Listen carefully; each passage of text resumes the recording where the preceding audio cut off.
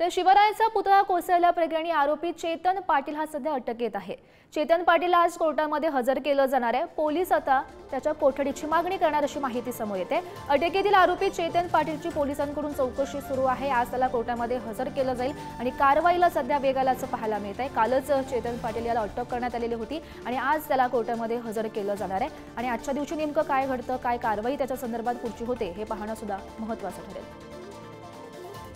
तर या संदर्भात अधिकची माहिती जाणून घेऊयात। आमचे प्रतिनिधी उमेश बुचडे सध्या आपल्यासोबत आहेत। उमेश, आपण पाहू शकतोय कालच खरं तर चेतन पाटीलला अटक करण्यात आलेली होती।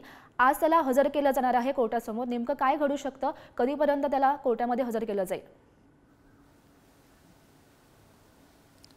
निश्चितच आपण पाहिले की जे स्ट्रक्चरल कन्सल्टंट जे आहेत ते चेतन पाटील यांना काल सायंकाळी अटक करण्यात आली आहे। त्यांची वैद्यकीय चाचणी देखील करण्यात आलेली आहे आणि त्याच्यानंतर त्यांना आज सकाळी 11 वाजेपर्यंत येथील जवळच असलेल्या पोलीस स्टेशनच्या आवाराच्या बाहेर असलेल्या परिसरामध्ये न्यायालय आहे त्या न्यायालयात हजर करण्यात येणार आहे आणि त्याच्यासाठी ठिकठिकाणी पोलीस बंदोबस्त देखील ठेवण्यात आलेला आहे असं एक माहिती समजते। काल चेतन पाटील यांना कोल्हापूरवरून ताब्यात घेण्यात आलं आणि त्यांची सखोल चौकशी देखील करण्यात आली होती। तसेच नेव्हीचे अधिकारी देखील इथे दुपारी दाखल झाले होते। ते देखील त्यांच्यासोबत पोलीस निरीक्षकांची चर्चा झाली होती आणि त्यानंतर ते लगेचच गेले होते आणि कुठे ना कुठेतरी यांची कसून चौकशी चेतन पाटील यांची झालेली आहे आणि त्यानंतर आज त्यांना न्यायालयात हजर करा। न्यायालयामध्ये त्यांचे वकील आहेत ते काय बाजू मांडतात हे देखील आज आपल्याला पाहावं लागणार आहे। तसंच दुसऱ्या बाजूला बघायला गेलं तर मनोज जरांगे पाटील हे आज रात्री उशिरा मालवणमध्ये येणार आहेत, मुक्कामी असणार आहेत आणि उद्या दुसऱ्या दिवशी ते इथे जे राजकोट किल्ल्यावर पुतळा कोसळला तिथे जाणार आहेत आणि पाहणी करणार। या अनुषंगाने पोलिसांनी पूर्ण जो किल्ला आहे तो बॅरिकेटिंग केलेला आहे आणि बॅरिकेटिंग केल्याच्या संबंधात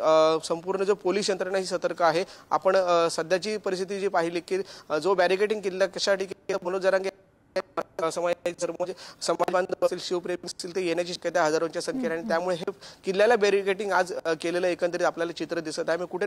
कुठेतरी हे वातावरण आहे ते अजूनही शांत होत नाही। आता मनोज जरांगे पाटील आले तर आणि काही तीव्र कारवाई नेमकी कशा प्रकारे होते हे पाहणं महत्त्वाचं ठरणार आहे। धन्यवाद दिलेल्या सविस्तर माहितीसाठी।